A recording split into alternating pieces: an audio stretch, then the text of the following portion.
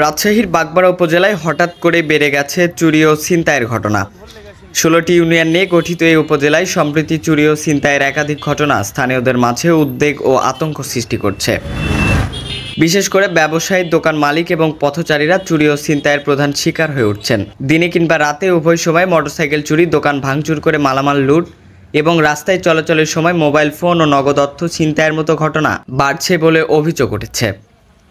৪ April দুপুর ২টা বাগমারা উপজেলার হামিরকুচ্চা এলাকায় মসজিদের বাইরে মোটর বাইকটি রেখে নামাজে যান বাগমারা প্রেস ক্লাবের সভাপতি রাশিদুল হক ফিরোজ। বের হয়ে এসে দেখেন তার মোটরসাইকেলটি নেই। পরবর্তীতে সিসিটিভি ফুটেজ দেখে নিশ্চিত হন তার মোটরসাইকেলটি চুরি হয়েছে। এ বিষয়ে তিনি বলেন, নিজ এলাকায় এমন কিছু হবে তা ভাবতে পারিনি। আমি ইতিমধ্যে এই বিষয়ে থানায় অভিযোগ করেছি।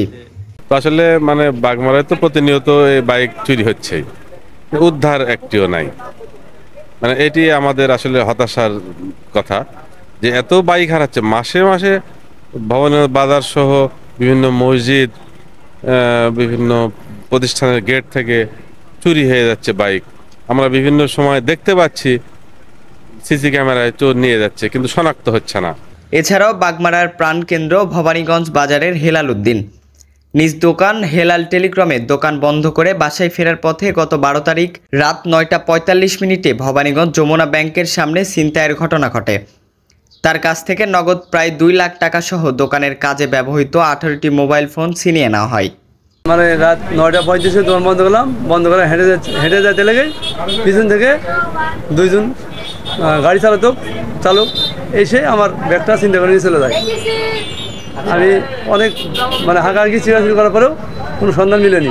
পরবর্তীতে পুলিশ হেলালের কাছ থেকে ছিনতাইকৃত টাকার মধ্যে ১,১০,০০০ টাকা ও মোবাইল ফোন উদ্ধার করতে সক্ষম হয়।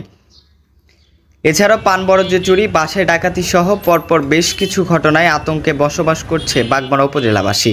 বাগমারা থানার একাধিক সূত্রে জানা গেছে, অপরাধ রোধে পুলিশের তৎপরতা বাড়ানো হয়েছে, সন্দেহভাজনের নজরদারিতে রাখা হয়েছে এবং রাতের টহল জোরদার করা হয়েছে বলে জানানো হয়। এ বিষয়ে বাগমারা থানার ভারপ্রাপ্ত কর্মকর্তা ওসি বলেন, আমরা এই সমস্ত বিষয়ে তৎপর রয়েছি, আর যাতে এমন কিছু না ঘটে এই বিষয়ে আমরা সকল প্রস্তুতি গ্রহণ করেছি এবং চুরি হওয়া জিনিসগুলো উদ্ধার কাজ চলমান রয়েছে। তাদের আমরা ওই সিসি ক্যামেরার ছবিও তো আমরা সংগ্রহ করেছি। ওই অনুযায়ী আমরা দেখা যাচ্ছে যে দুটো মামলা হয়েছে ঈশ্বরদীতে, সেখানেও কিছু মোটরসাইকেল উদ্ধার হয়েছে। তাদের সাথেও আমরা যোগাযোগ করছি, সর্বোচ্চ চেষ্টা করছি যেন উদ্ধার করতে পারি এবং সলভ করা যায় এবং আসামিদের যেন গ্রেপ্তার করতে পারি, এটা সর্বোচ্চ চেষ্টা করছি আমরা।